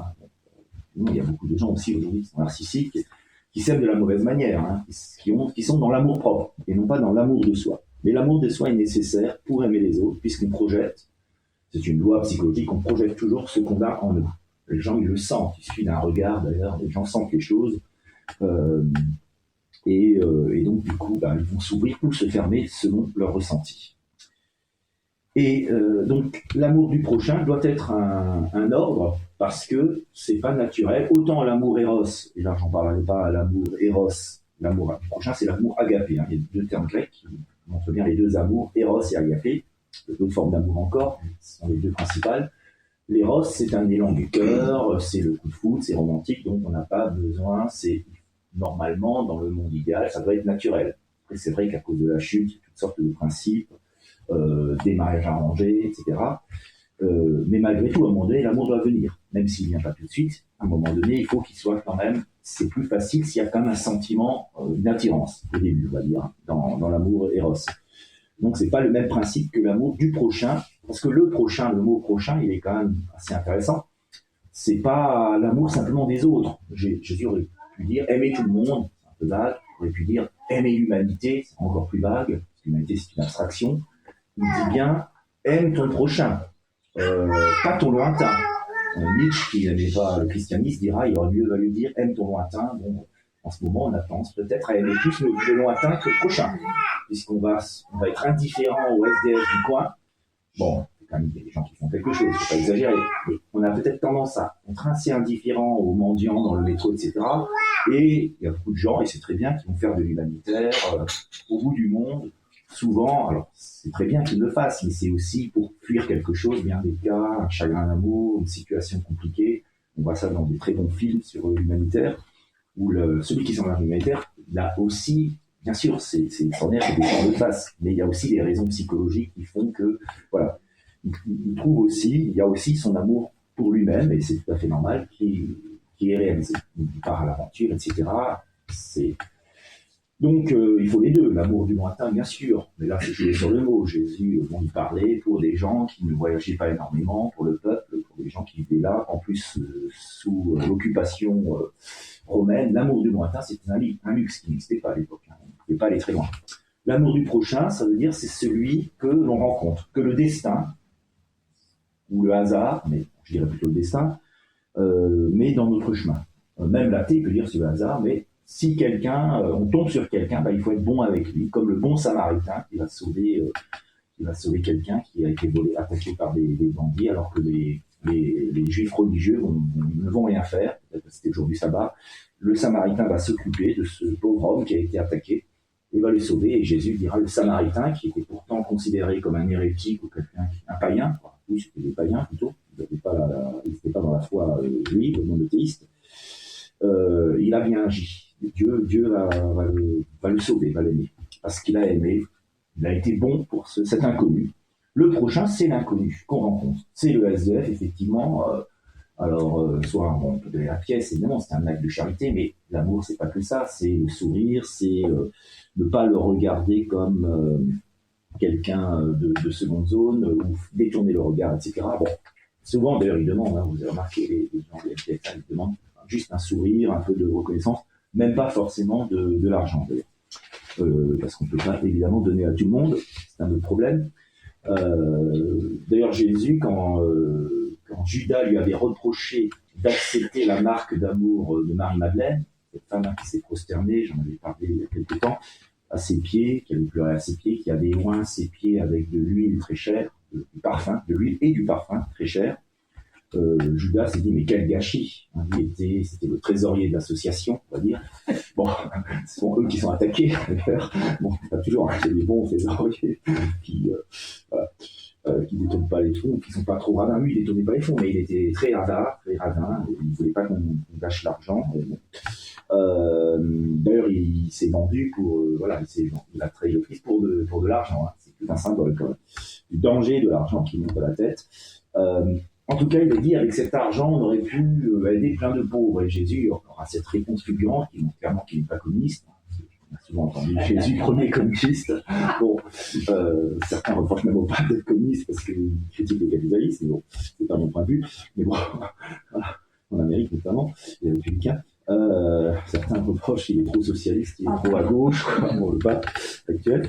Mais Jésus n'est pas un communiste parce que il n'est pas contre les pauvres. Évidemment, il aide les pauvres comme il peut, mais c'est pas son rôle, c'est pas sa mission d'aider les pauvres. Il y en aura toujours des pauvres. Ce qui veut dire par là à la fois c'est qu'il n'est pas communiste. Son but c'est pas de venir aider les pauvres, c'est de sauver l'humanité, c'est autre chose.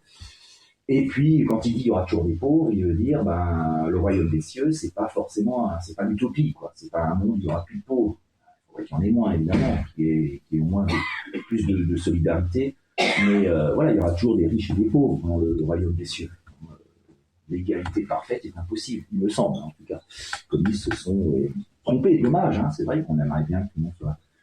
Bon, je ne suis pas sûr que ce soit souhaitable d'ailleurs, parce que ça crée un monde de robots, peut-être si tout le monde était pareil, hein, c'est quand même intéressant. Alors c'est vrai qu'il y a trop d'écart entre les plus riches et les plus pauvres, évidemment. Donc je reviens à la phrase. Aime ton prochain, c'est le premier venu, celui qui arrive. Par exemple, un exemple tout bête, vous êtes pressé, quelqu'un vous demande une direction, vous pouvez, vous arrêtez pas, mais vous avez mauvaise compte, vous arrêtez, tant pis, vous allez être un peu en retard, vous allez quand même indiquer la direction à la personne, bon, c'est tout simple. La personne va remarquer que vous étiez pressé, elle va être désolée, mais elle va être touchée que vous êtes arrêté quand même pour lui expliquer le chemin. Ou vous voyez quelqu'un qui n'arrive pas à chercher une boîte parce que les choses les moins chères sont toujours en hauteur dans le magasin, ou tout à fait en bas. Hein. Personne un peu âgée qui n'arrive pas à chercher les clients, vous avez votre BA, bon, c'est tout petit, mais c'est une petite goutte, mais à force de faire ça, déjà vous vous sentez mieux, et puis la personne, ça lui fait plaisir. Même si vous ne faites pas grand-chose, parce que j'ai remarqué, les gens, vous leur rendez un tout petit service, ils sont aujourd'hui très reconnaissants, parce qu'ils souffrent tellement, les gens souffrent tellement de l'indifférence, du manque de courtoisie, de politesse, le fait de ne plus se lever pour laisser s'asseoir les femmes enceintes, etc., dans les bus, quoique, on exagère aussi parfois, moi je vois beaucoup de jeunes font vraiment attention, etc. Voilà, c'est aussi une sorte de stress général, où on voit tout en noir, peut-être à cause des médias. On est trop habitué à voir les médias, la télé, tout de suite on voit des guerres, des morts. Je pense que ça plombe le moral d'un peuple. C'est un autre problème, le problème des médias. C'est un problème énorme, je veux dire. Évidemment, je ne dis pas qu'il faudrait arrêter de parler des choses, des malheurs dans le monde, mais il faudrait vraiment une réflexion quand même sur ce problème. Donc l'amour du prochain, ça commence par des petites choses, tout simplement. Et pourquoi ? Alors là, ce qui est intéressant, et là, c'est pas le Christ, évidemment, donne le mot, le Christ n'est pas un philosophe, il donne son message, bon, il peut y avoir une dimension philosophique, et c'est pas à lui d'expliquer les choses, c'est à lui de comprendre. Parfois, on ne comprend pas. Il a d'ailleurs cette phrase extraordinaire, le moment n'est pas encore venu pour comprendre. Vous comprenne qui pourra. Il sait bien qu'à son époque, il est un peu déçu, il est au-dessus, le prophète, ça, c'est le mot qui le dit, la définition du prophète, il est toujours en avance sur son temps. C'est pour ça qu'il n'est pas compris, c'est pour ça qu'il est persécuté. On se rend compte après qu'il avait raison. Quand notre père disait attention, il y aura certainement bientôt un problème avec l'islam, déjà quand les communistes on lui avait reproché à l'époque où tous les intellectuels communistes disaient c'est un grand danger pour la paix. Maintenant tout le monde est d'accord, tous les intellectuels se rangent au point de vue de notre père. Dire oui, le communisme c'était une horreur, maintenant c'est fini, il est fini. On risque moins d'aller en prison et de se faire exécuter en disant que c'est une horreur. C'était une horreur.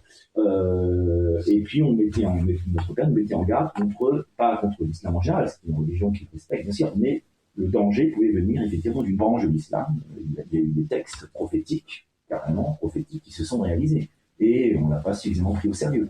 On n'a pas suffisamment écouté. On n'écoute pas les prophètes, malheureusement, parce qu'ils sont en avance sur leur temps. Et donc, le Christ trouve une humanité qui le déçoit, quelque part, parce qu'il aurait espéré quelque chose de plus avancé. D'où son impatience parfois d'ailleurs. On le voit quand il est en colère contre les marchands du temple, certaine impatience, parce qu'il est déçu. On le sent quand on lit les évangiles, sans arrière-pensée, je veux dire d'une manière tout à fait objective.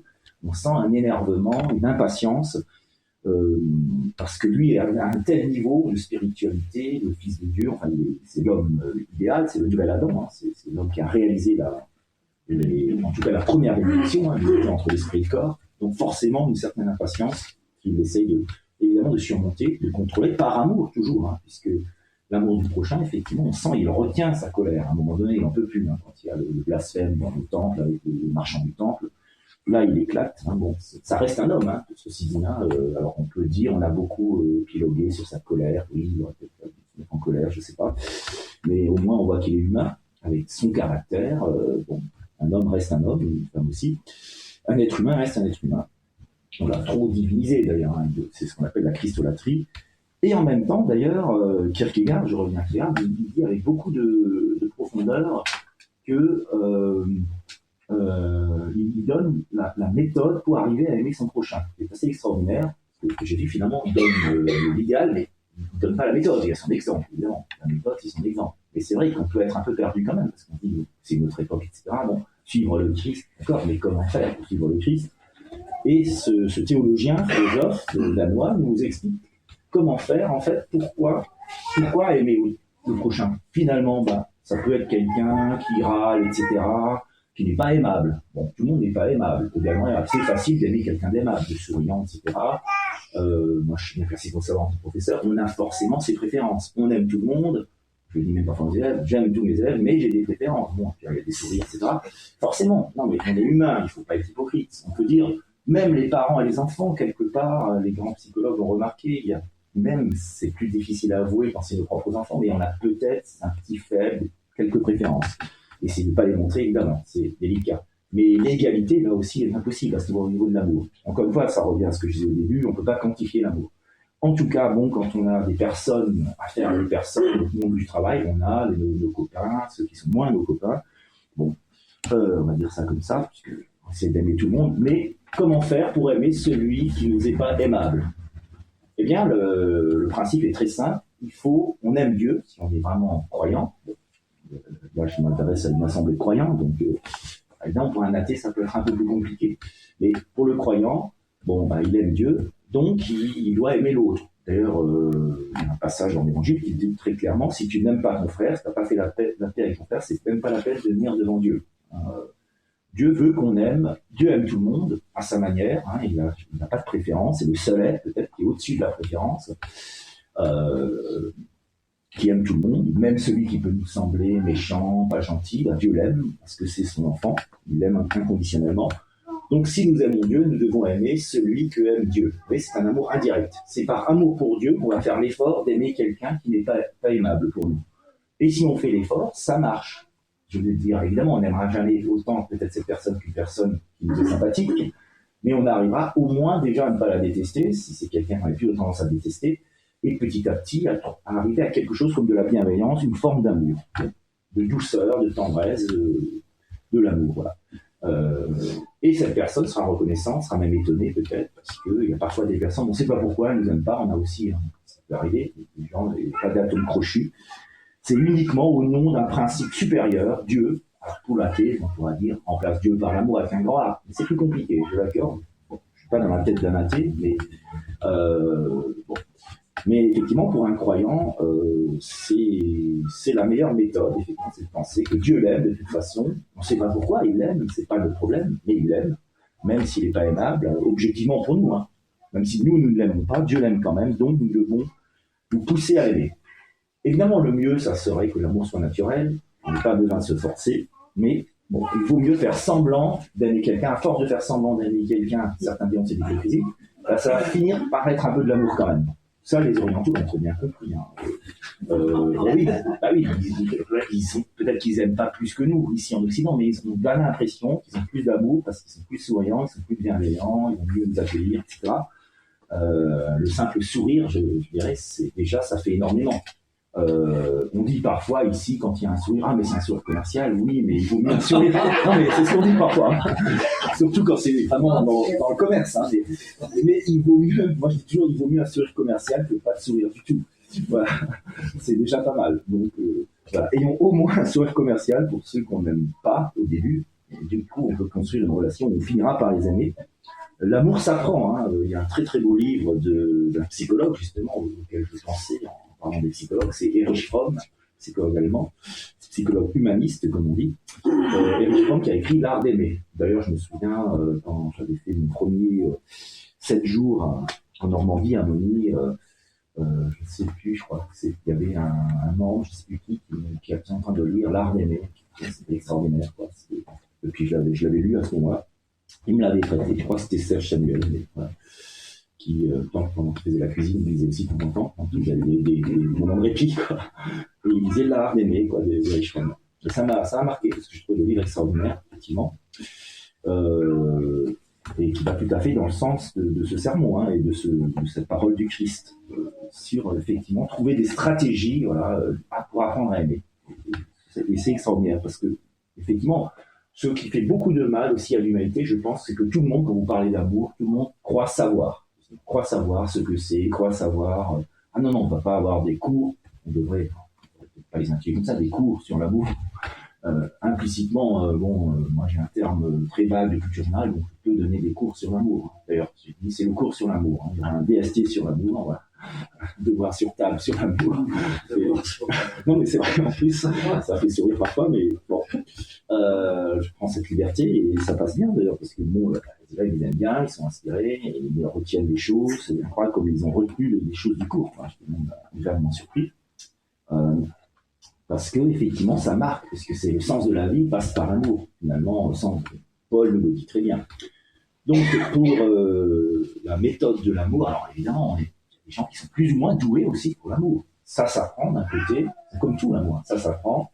Il faut toujours continuer à apprendre de l'amour, quelle que soit la forme d'amour, hein, que ce soit l'amour, là je suis plus dans l'amour du prochain agapé, mais c'est vrai aussi pour l'amour éros, dont j'ai déjà souvent parlé, ou l'amour intellectuel, l'amour parent-enfant, etc. Toutes les formes d'amour, hein. Ça s'apprend. On doit apprendre, on doit toujours apprendre. On est là pour apprendre.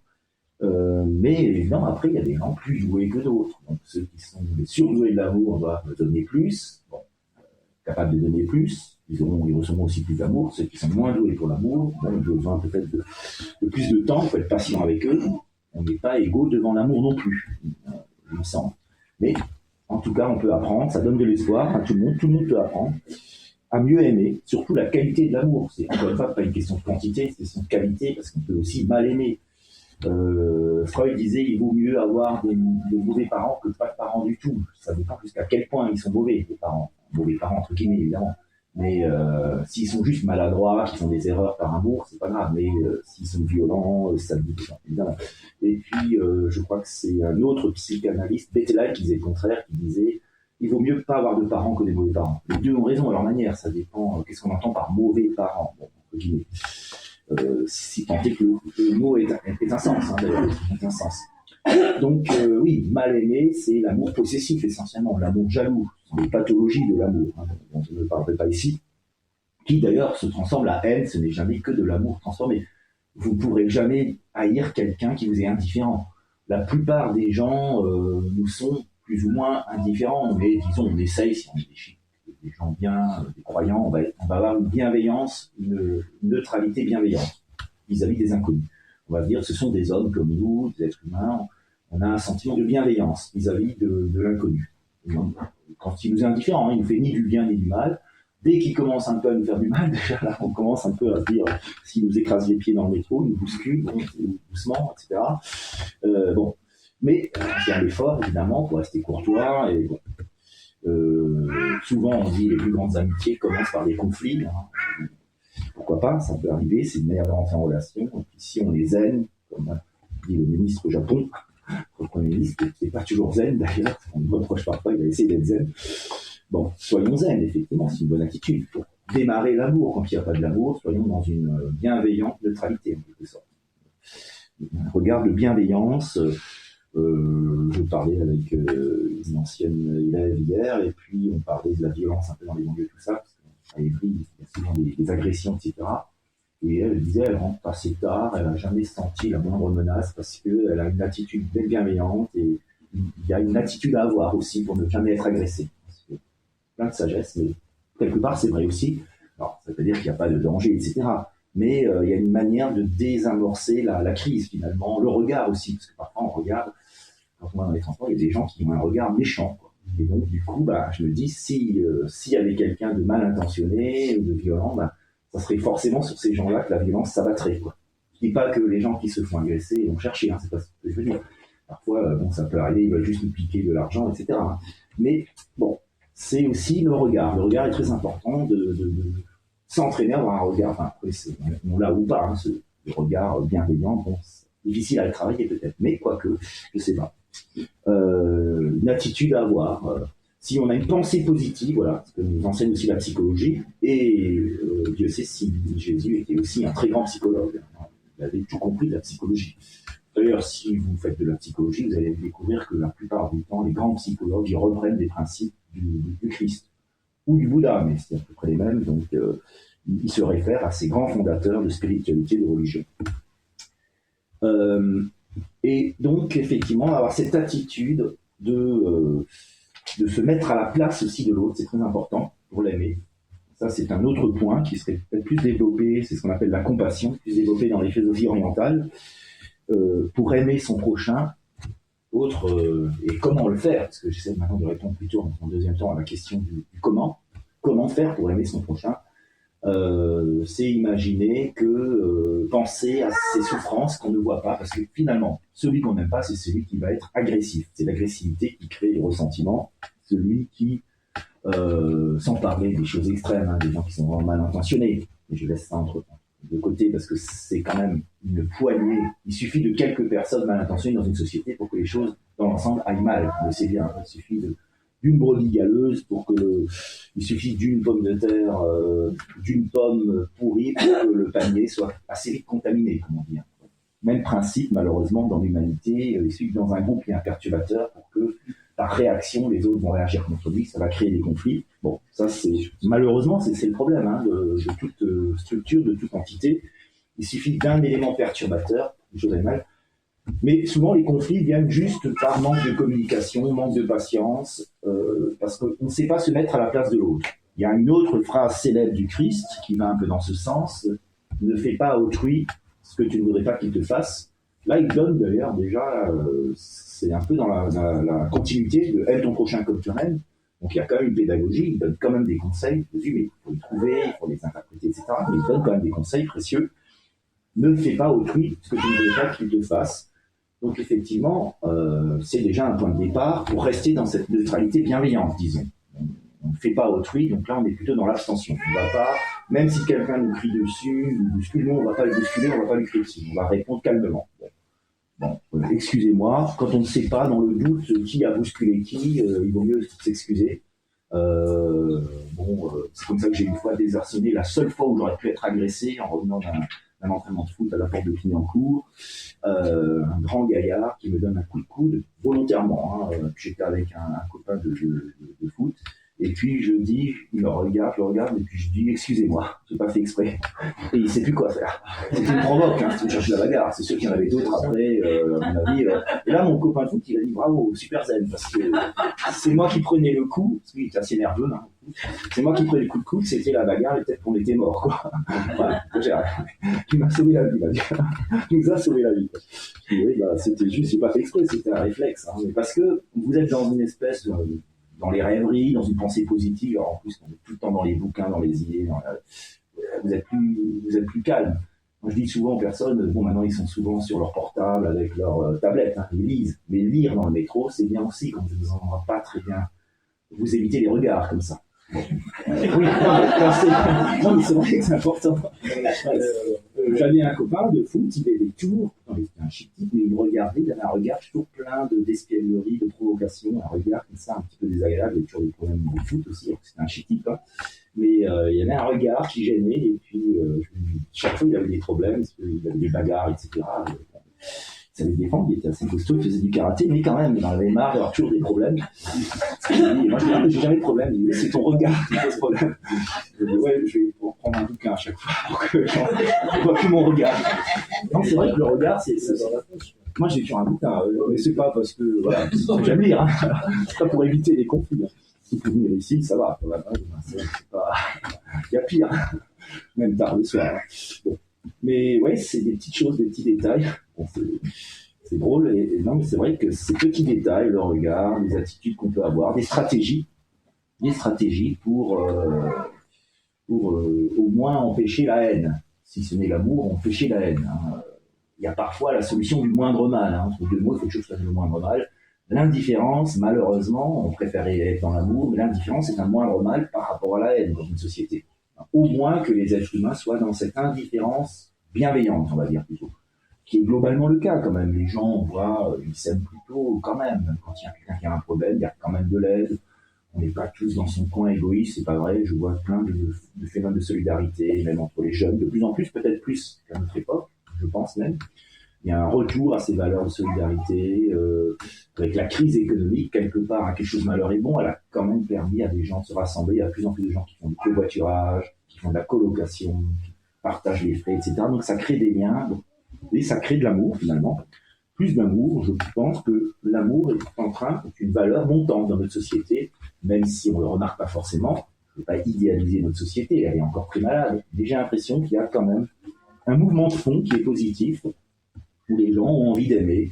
Ils ont bien compris, on commence à comprendre. Il y a énormément de livres qui sortent dans les librairies, qui vont tous un peu dans le même sens, sur l'art d'être heureux, l'art d'aimer, etc. Énormément de titres, hein, bon, qui font du bien, les gens les lisent, hein, des livres de l'Orient, de l'Occident, apprendre à vivre dans l'instant présent, etc. Enfin, on pourrait citer des tas de livres. Hein, je vous conseille d'ailleurs d'en lire ce genre de livres. Il y en a des bons et des moins bons, comme on dit, mais ils sont tous plus ou moins intéressants. Ils disent un peu tous la même chose d'ailleurs, mais c'est la pensée positive, etc. C'est ce que j'ai dit, la projection de ce qu'on a en soi, de cultiver ça. Ça devient comme une habitude, un réflexe conditionné, et c'est très bien. Et puis après, même si on aimerait aller plus loin dans des relations plus profondes, bien sûr, ça c'est la deuxième étape, mais il ne faut pas être impatient de griller les étapes. Hein, vouloir effectivement avoir l'amour fou tout de suite, ou l'amour sacrificiel, etc., l'amour le plus beau, tout de suite, ça peut être dangereux. D'ailleurs, Paul aussi le dit, hein, puisque lui-même, il reconnaît implicitement dans ce texte qu'il a été peut-être un peu fanatique par moment. Parce qu'il dit que finalement, il finira par un martyr, mais voilà, ça ne sert à rien de brûler comme un martyr si on n'a pas l'amour, quoi. Bon, il fait son auto-critique un petit peu dans ce texte, j'ai l'impression. C'est un homme intelligent, il a conscience, parce que c'était quelqu'un d'entier. Hein. Il avait d'ailleurs persécuté les chrétiens avant de se convertir. Je terminerai d'ailleurs sur cet aspect-là. Sur le fait que le bon, celui qui est du côté du bien, il peut tomber dans le mal, peut-être parce qu'à un moment donné, il est dans l'usure, peut-être parce qu'il fait uniquement les choses par devoir.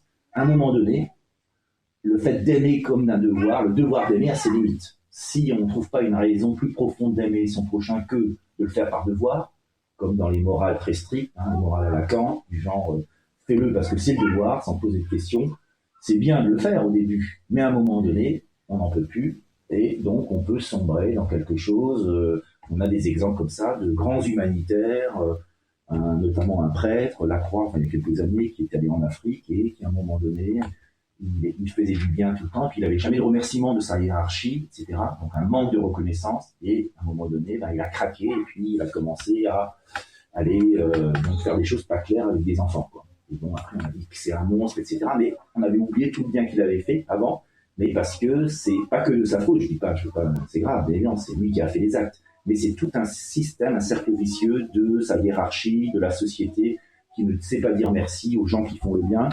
Ça aussi, très important. D'ailleurs, vous avez le Reiki au Japon, on développe beaucoup la gratitude, le fait de dire merci, de remercier Dieu, les dieux, etc., de remercier toujours les autres, toujours dans la reconnaissance, dans la gratitude. On ne dit jamais assez merci, finalement.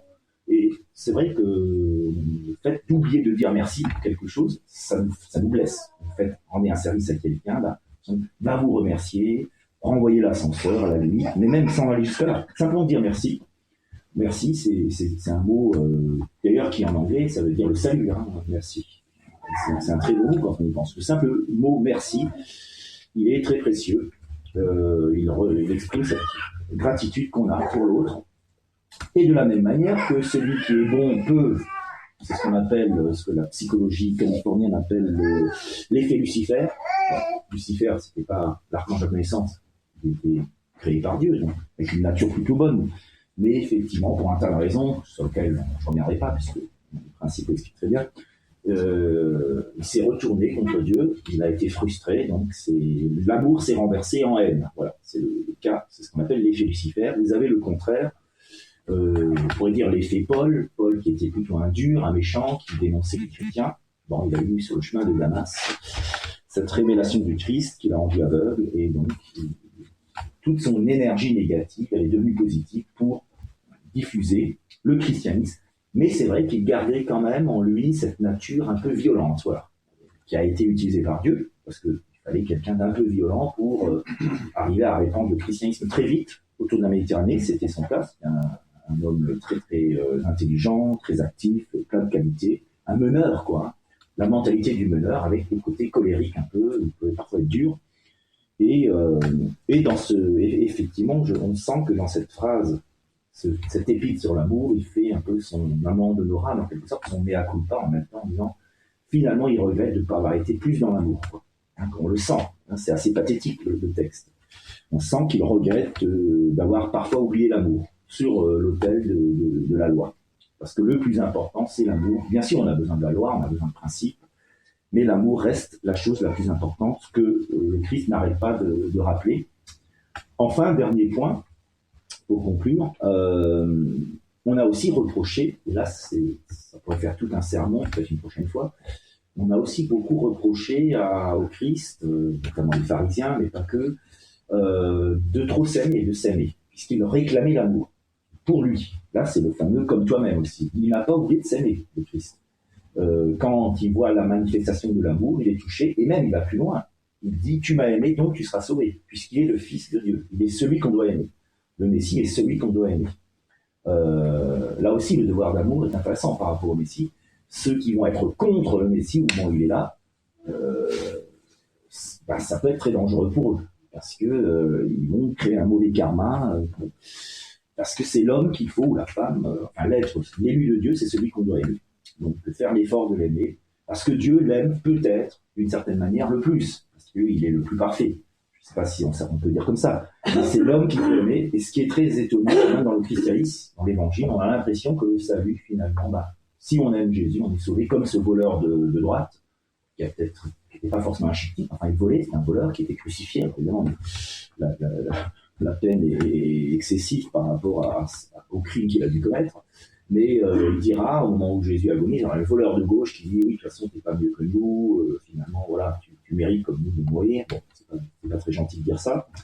Et puis l'autre, le voleur de droite, dira « je sais que tu es innocent, toi, tu ne mérites pas de mourir, nous, à la limite, on mérite. » Mais simplement en disant ça, en aimant, il a pitié de Jésus. Il dit « c'est pas normal, c'est le juste qui meurt. » Comment on voit un juste qui souffre, on est touché, on a envie de l'aider, etc. Donc Jésus dira « ce soir, tu seras avec moi au paradis. » Il suffit effectivement de l'aimer pour être sauvé. Il suffit, alors évidemment, d'aimer le Messie pour être sauvé. Il faut montrer qu'on l'aime aussi. Mais peut-être que c'est ça. Ou il suffit simplement d'aimer, de toute façon, plus généralement, puisque n'importe qui peut potentiellement, comme le disait d'ailleurs très bien notre Père, peut être le Messie pour quelqu'un d'autre. Donc il suffit d'aimer. Le salut, c'est l'amour, tout simplement. C'est pas plus compliqué que ça. On est jugé uniquement par notre propre conscience sur notre capacité d'amour. Ce que dit encore très très bien le Christ.